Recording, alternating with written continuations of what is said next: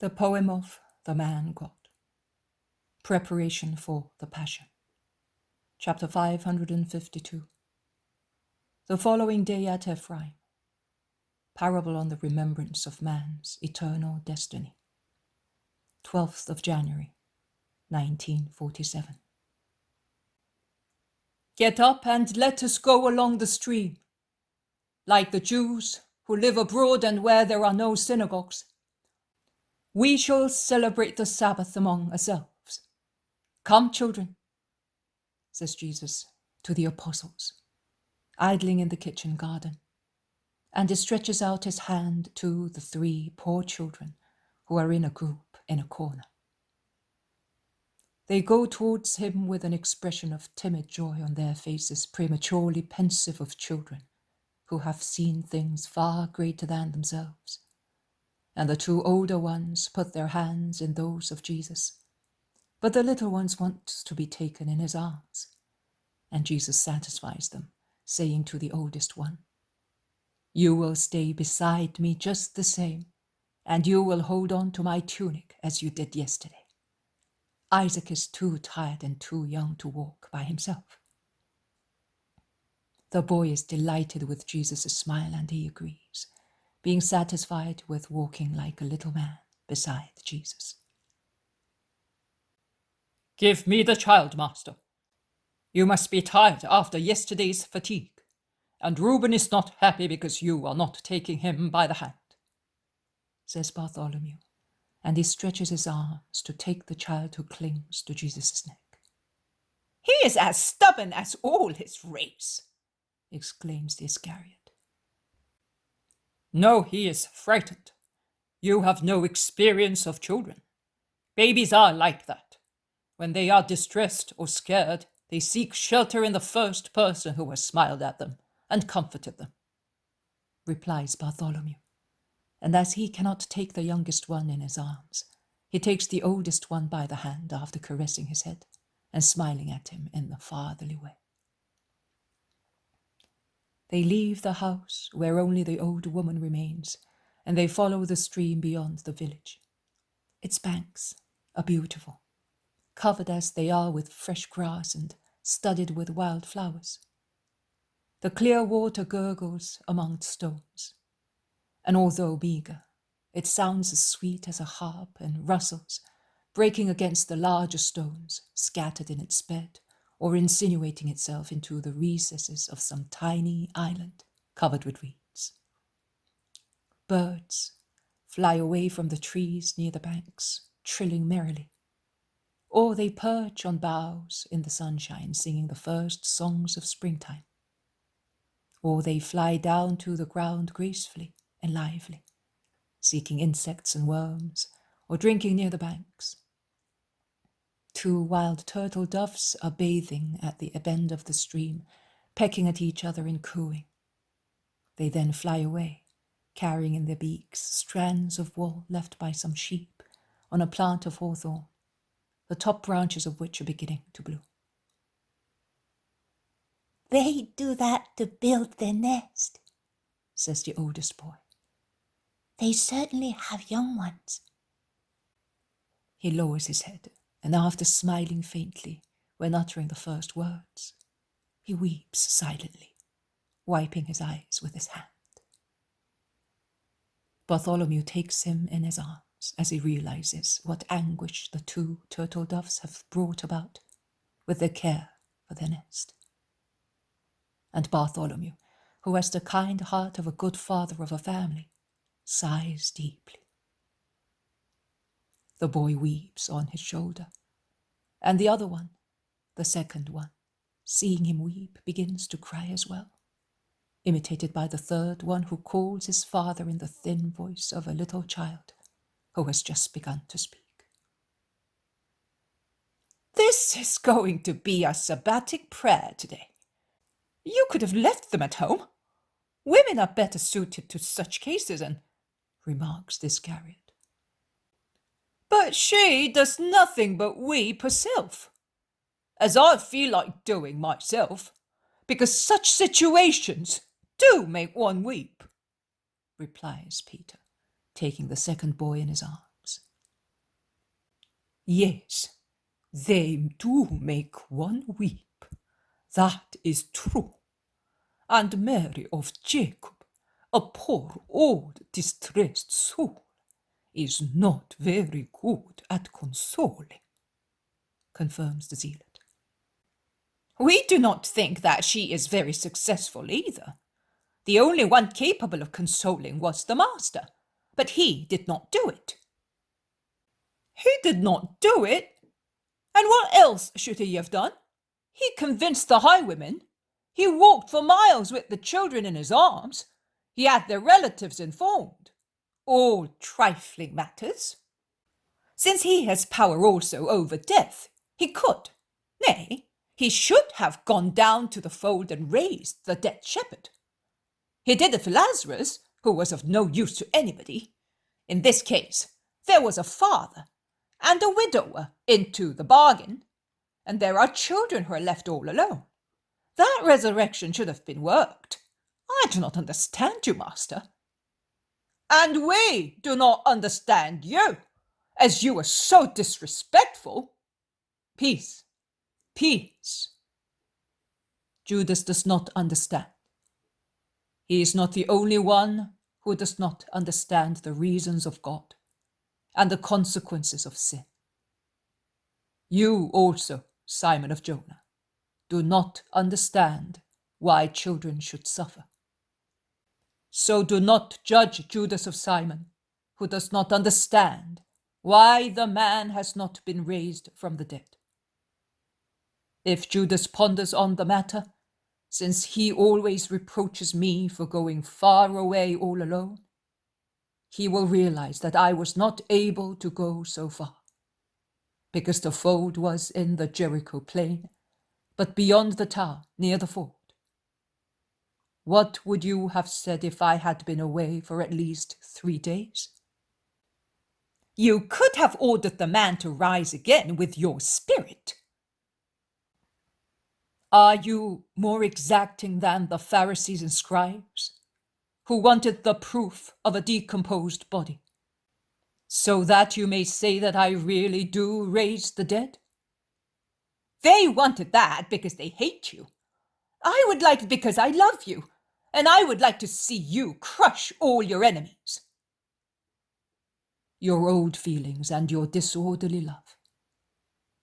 You have not been able to extirpate the old plants from your heart and replace them with new ones. And the old ones, fertilized by the light that you approached, have become even sturdier. Many people make your error at present, and many will make it in the future. It is the error of those who, notwithstanding the assistance from God, do not improve themselves, because they do not correspond to God's help with heroic wills. Have these men, who, like me, are your disciples, destroyed the old plants? They have at least pruned them down and engrafted them considerably. You did not. You did not even examine them carefully to see whether they deserved to be engrafted, pruned, or removed. You are an improvident gardener, Judas. But only with regard to my soul, because I know what to do with gardens. You know what to do. You are an expert with all earthly matters. I would like to see you equally capable in matters concerning heaven. But your light should work wonders in us by itself. Is it really good? If it fertilizes evil and invigorates it, it cannot be good. And it is its fault if we do not become good. Speak for yourself, my friend. As far as I know, the master has not made my bad tendencies any stronger, says Thomas. I agree. I agree too, says Andrew and James of Zebedee. With regard to me, his powers has freed me from evil and has made a new man of me. Why do you say that? Do you not consider what you say? asks Matthew.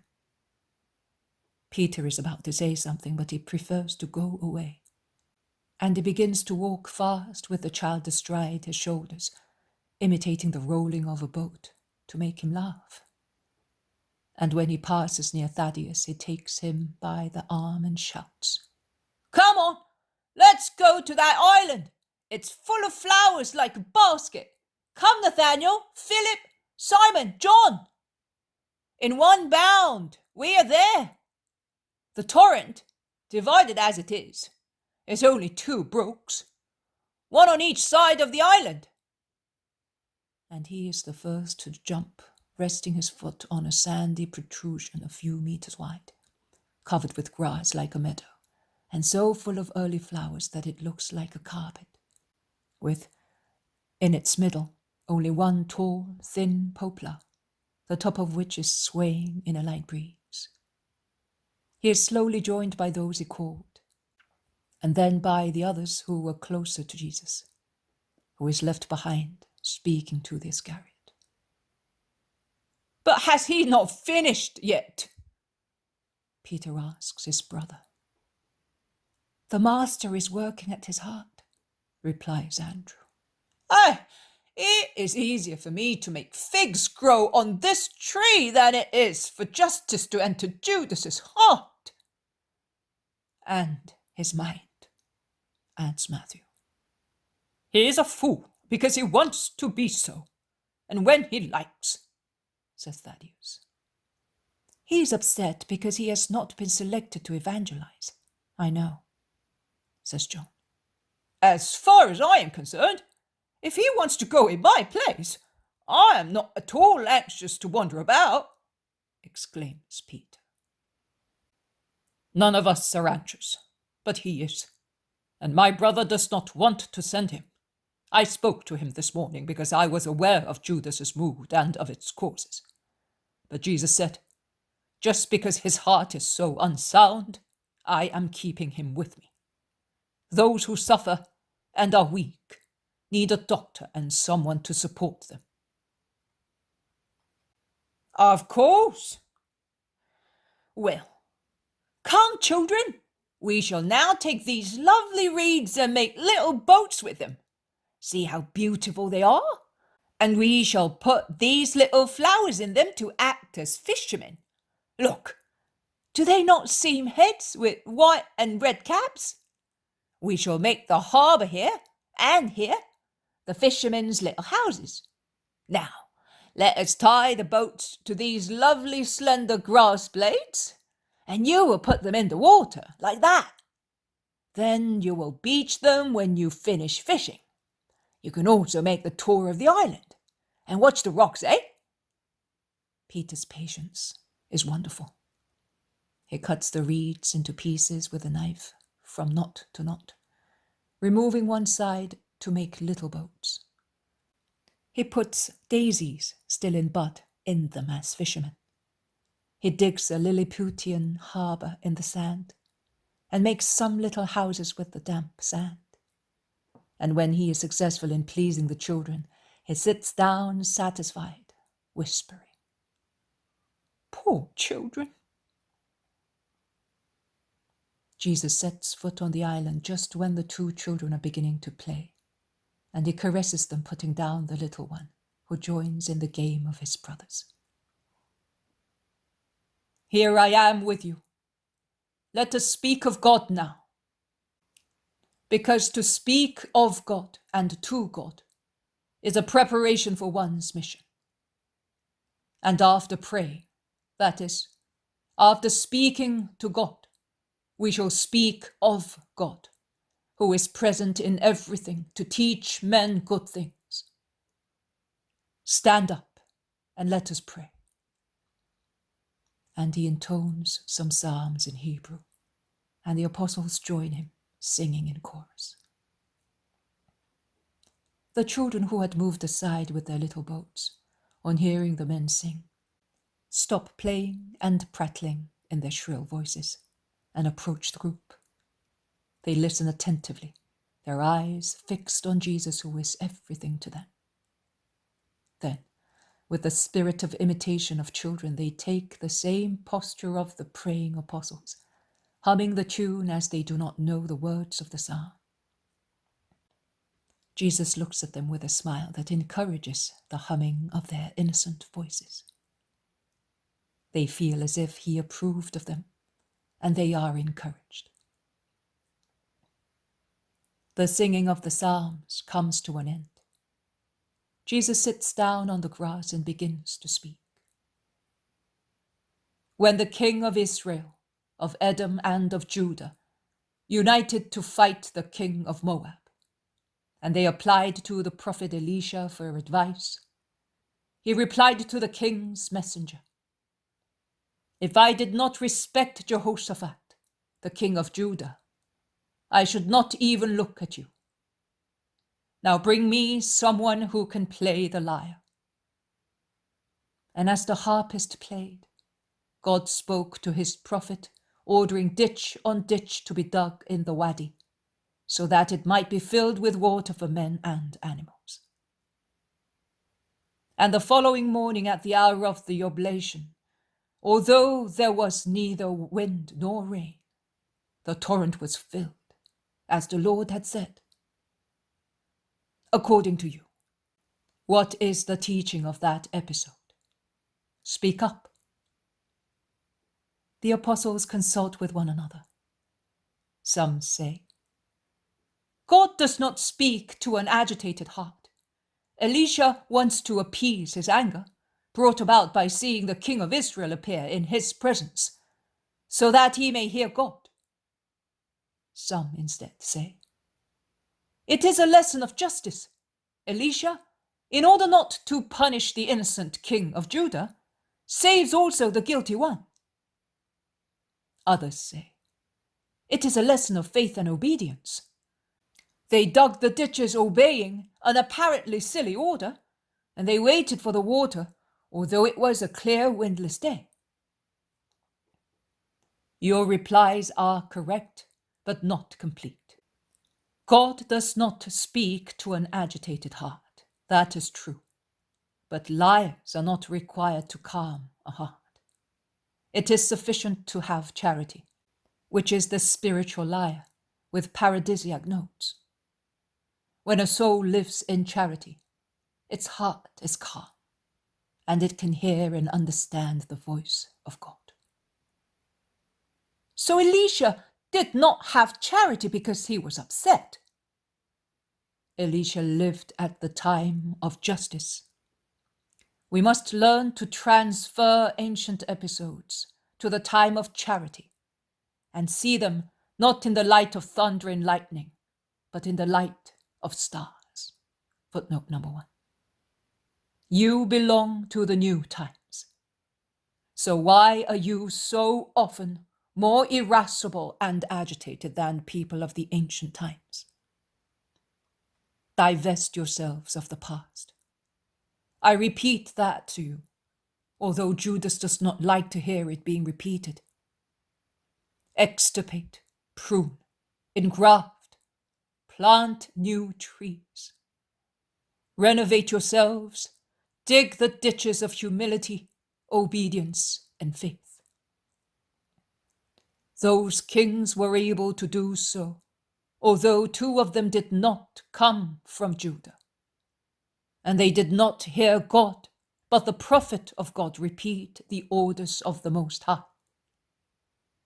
Had they not obeyed, they would have died of thirst in the arid land. They obeyed, and the water filled the ditches they had dug. And they were not only saved from dying of thirst, but they also defeated their enemies. I am the water of life. Dig ditches in your hearts in order to be able to receive me. And now listen. I am not going to make long speeches. I will just give you some simple thoughts on which you can meditate. You will always be like these children and even inferior to them, because they are innocent and you are not. And thus, the spiritual light will be dimmer in you if you do not get accustomed to meditation. You always listen, but you never remember, because your intelligence is asleep instead of being awake. So listen.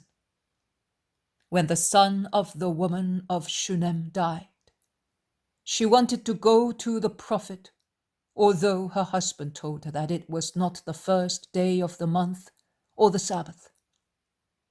But she knew that she had to go, because for certain matters no delay is allowed. And as she was able to understand the matter from a spiritual point of view, she had her son restored to life. What do you say about that? That it is a reproach to me because of the Sabbath, says Iscariot. So, Judas, do you realize that you understand things when you want to? So open your heart to justice. Yes, but you did not infringe the Sabbath to raise the man from the dead. I did more than that. I prevented their ruin and death, their true death. And I reminded the thieves that, wait before consoling yourself with the idea of having done some good. I don't believe they obeyed you. If the master said so. Also, Elisha, in the story of the woman of Shunem, says, the Lord has hidden it from me. So not even the prophets always know everything, replies Iscariot. Our brother is greater than a prophet, remarks Thaddeus. I know. He's the Son of God. But he is also the man. And as such, he may be subject to being unaware of secondary matters like this one, concerning a conversion and a return. Master, do you always, really always, know everything? I often wonder, says Iscariot with stubborn insistence. And with what mind do you wish to know? For the sake of peace, of advice, or to be upset? Asks Jesus. Well, I do not know. I wonder, and you seem to be upset even in wondering, says Thomas. Me? Of course, perplexity also upsets one. How many quibbles? I do not worry about so many problems. I believe without inquiring, and I am not perplexed or upset about anything. But let us allow the master to speak. I do not like this lesson. Tell us a beautiful parable, master. The children also will like it, says Peter. I still have one question to ask you. This one, according to you. What is the meaning of the flour that removed the bitterness from the soup of the prophet's children? Dead silence is the reply to this question. What? Can you not reply? Probably because the flour absorbed the bitterness, says Matthew with no certainty. Everything would have been bitter, also the flour. Because of a miracle of the prophet who did not want to mortify his servant, suggests Philip. Yes, but not only for that. The Lord wanted the power of the prophet to shine also on common matters, says the zealot. Yes, but it is not yet the right meaning. The lives of prophets anticipate what will take place in the fullness of time. Mine. They reflect my earthly days by means of symbols and figures. So, there is silence. They look at one another. Then John lowers his head, blushing, and he smiles. Why do you not express your thought, John? Asks Jesus.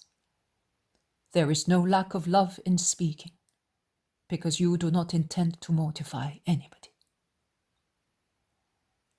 I think it means this, that in the time of hunger for truth and of famine of wisdom, that is, this time when you came, every tree has become wild and has yielded bitter fruit, as inedible as poison for the sons of men, who thus in vain pick them and prepare them to nourish themselves.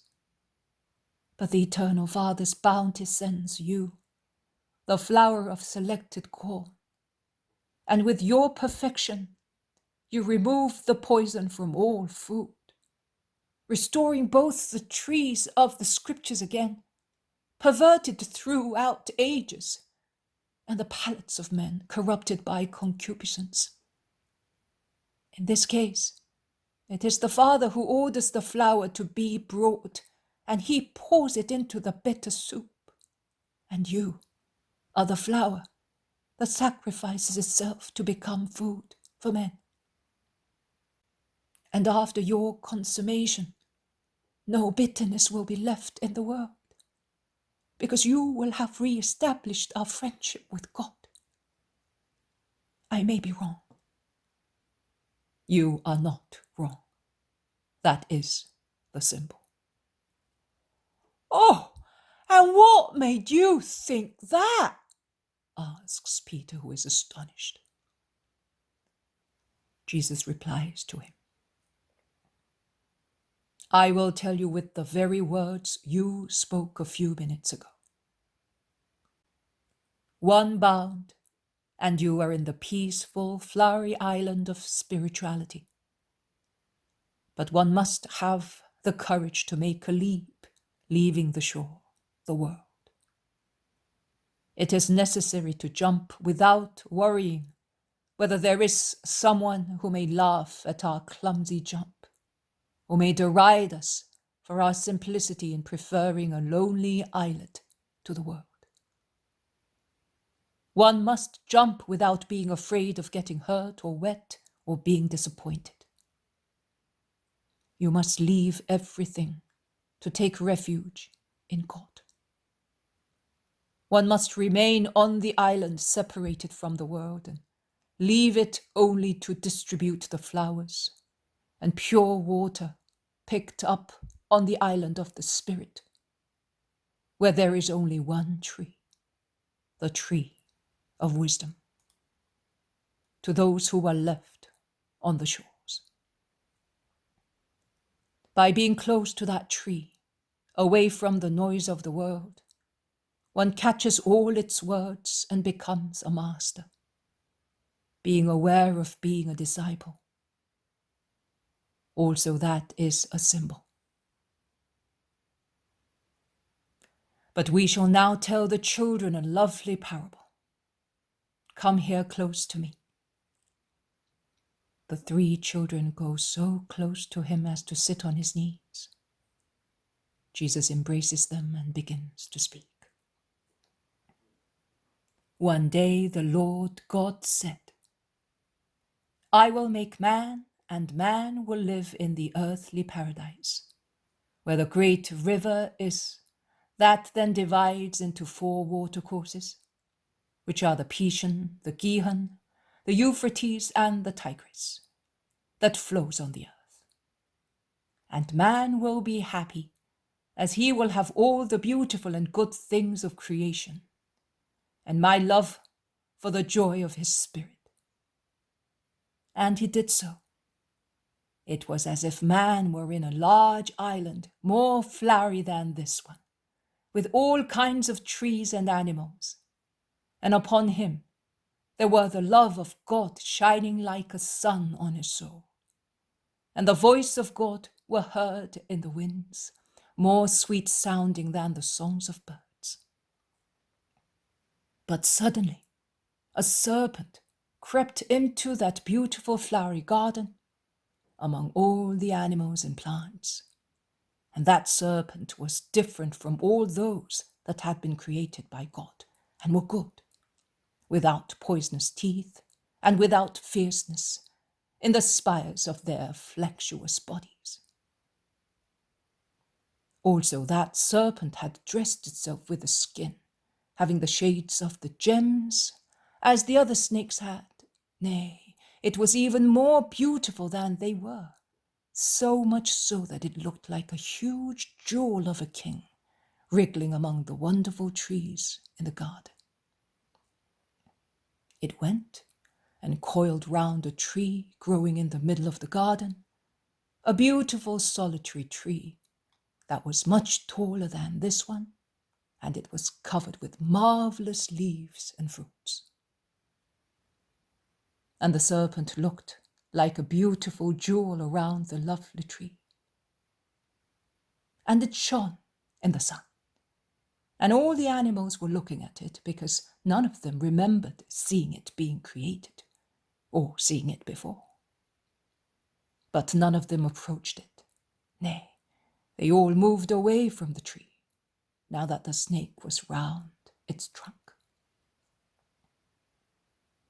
Only the man and the woman went near it, and the woman before the man, because she liked that bright thing shining in the sun and moving its head like a flower still half closed. And she listened to what the serpent was saying. And she disobeyed the Lord, and she made Adam disobey. Only after their disobedience they saw the snake for what it was, and they understood sin. As by now they had lost the innocence of their hearts, as they hid themselves from God, who was looking for them, and then they lied to God, who was questioning them. God then put some angels at the borders of the garden and drove the men out. And they felt as if they had been thrown from the safe shore of Eden into the rivers on the earth, full of water, as when they are flooded in springtime. But in the hearts of the men who had been driven out, God left the remembrance of their eternal destiny. That is, of the passage from the beautiful garden, where they heard the voice of God and felt his love, to paradise, where they would enjoy God completely. And with that remembrance, he left the holy incentive to ascend to the place they had lost by means of a life of justice. But, my dear children, you have just now experienced that as long as the boat sails with the stream, its voyage is easy. Whereas, while it sails against the stream, it finds it difficult to keep afloat, without being swept away by waves or being wrecked among the vegetation, sand, or stones of the river.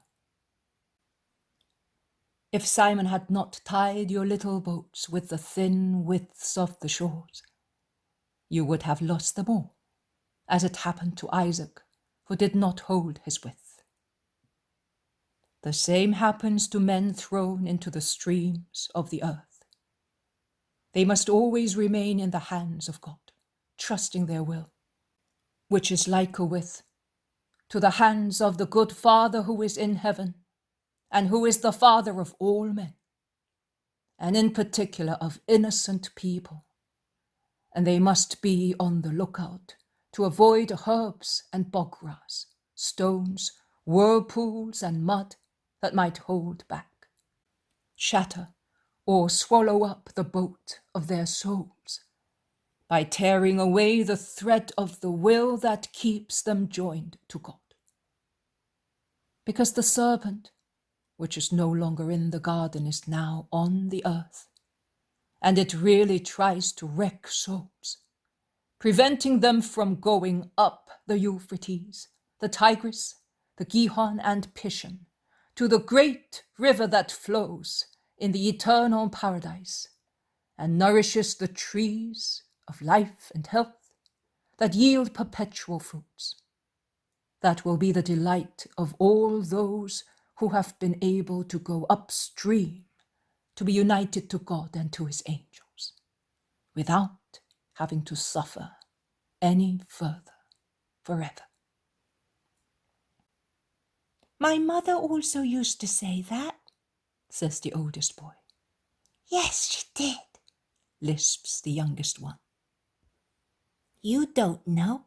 I do because I am big. But if you say things that are not true, you will certainly not go to paradise. But our father used to say that it was not true, says the second-born son, because he did not believe in the Lord of our mother. Was your father not a Samaritan? Asks James of Alphaeus. No, he came from another place, but mother was, and we are as well, because she wanted us to be like her. And she told us of paradise and of the garden, but not so well as you did. I was afraid of the serpent and of death, because mother used to say that one was the devil, and our father said that death puts an end to everything. That is why I was so unhappy to be alone. And I also said that it was quite useless to be good now, because as long as father and mother lived, we made them happy by being good. But now there was nobody to make happy if we were good. But now I know, and I will be good. I will never take my thread away from the hands of God, so that I will not be carried away by the waters of the earth. Did mother go upstream or downstream? Asks the second son perplexedly. What do you mean, child? Asks Matthew. I mean, where is she? Did she go to the river of the eternal paradise? Let us hope so, my child, if she was good. She was a Samaritan, says Iscariot contemptuously. Then there is no paradise for us because we are Samaritans? Then shall we not have God? He called him the father of all men. As an orphan, I like to think that I still have a father. But if there is not one for us, he says, lowering his head sadly. God is the father of everybody, my child. Have I loved you less because you are a Samaritan? I contended with the highwayman for you, and I will contend with the demon for you, in the same way as I would contend for the little son of the high priest of the temple in Jerusalem, if he did not consider it disgraceful that the Saviour should save his son. Nay, I would contend for you more firmly, because you are alone and unhappy. There is no difference for me between the soul of a Judean and that of a Samaritan. And before long, there will be no division between Samaria and Judea, because the Messiah will have one people only, that will bear his name and will comprise all those who love him. I love you, Lord, but will you take me to my mother? Asks the oldest of the three boys. You do not know where she is. That man over there said that we can only hope, says the second-born son. I do not know, but the Lord knows. He knew even where we were, whereas we do not even know where we were. With the highwaymen, they wanted to kill us. Terror appears again on the little face of the second son. The highwaymen were like demons, but he saved us because our angels called him. The angels saved also my mother, I know, because I always dream of her. You are a liar, Isaac. You cannot dream of her because you do not remember her. The little one weeps, saying, No, no, I dream of her, I do. Don't call your brother a liar, Reuben. His soul can really see his mother, because the good Father who is in heaven can grant that the little orphan may dream of her and may know her partly, as he allows us to know him, so that from such limited knowledge we may be willing to know him perfectly, which is achieved by being always good. And now let us go. We have spoken of God, and the Sabbath has been sanctified. He stands up and intones more psalms. Upon hearing the chorus, some people from Ephraim go towards them, and they respectfully wait until the psalm is ended in order to greet Jesus and say to him, Did you prefer to come here instead of coming to us? Do you not love us? None of you invited me, so I came here with my apostles and these children. That is true, but we thought that your disciple had informed you of our wish. Jesus looks at John and Judas replies, I forgot to tell you yesterday and today with these children. I never thought of it. Jesus in the meantime leaves the islet, and he crosses the tiny stream of water and goes towards the people of Ephraim. The apostles follow him while the children delay, unfastening the 2 remaining little boats. And as Peter urges them, they reply, We want to keep them to remember the lesson. And what about me? I lost mine, and I will not remember, and I will not go to paradise, says the youngest one, weeping. Wait, don't weep. I'll make a little boat for you at once. Of course, you must remember the lesson as well, eh? We ought all to have a little boat with a withe tied to its prow in order to remember. And we meant more than you children. Well, and Peter makes another little boat with his withe. He then takes the 3 children in his arms, in one armful, and jumps the stream going towards Jesus. Are these the ones? Asks Malachi of Ephraim. Yes, they are. And are they from Shechem? That is what the young shepherd said. He said that their relatives lived in the country. Poor children! But if their relatives should not come, what would you do? I would keep them with me, but they will come. Those highwaymen, will they not come too? They will not come. Do not be afraid of them. Even if they came, I would be their plunderer, and they would not be your pillagers. I have already snatched 4 praise from them, and I hope I have also snatched a part of their souls from sin, at least in some of them.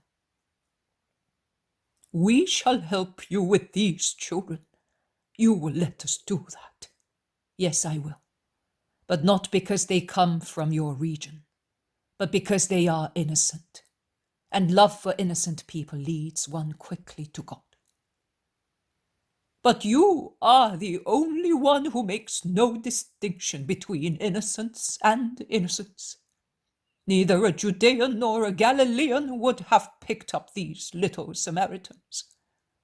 People do not love us, and they dislike not only us, but also those who do not even yet know what a Samaritan or a Judean is. And that is cruel. Yes, it is. But it will no longer be so when people follow my law. See, Malachi, they are in the arms of Simon Peter. of my brother and of Simon Zealot. None of them are Samaritans or fathers. And yet, not even you would press your own children to your heart as these disciples of mine are pressing the orphans of Samaria. The messianic idea is this: to reunite everybody in love. This is the truth of the messianic idea. One people only on the earth under the scepter of the Messiah. One people only in heaven under the glance of one God only. They go away, speaking towards the house of Mary of Jacob. Footnote number 1. Allusion to the lightning that accompanied the manifestations of the ancient law. Exodus chapter 19, verse 1 to 20 and 21. And to the star that indicated the coming and manifestation of Jesus in the world. Matthew chapter 2, verse 1 to 12.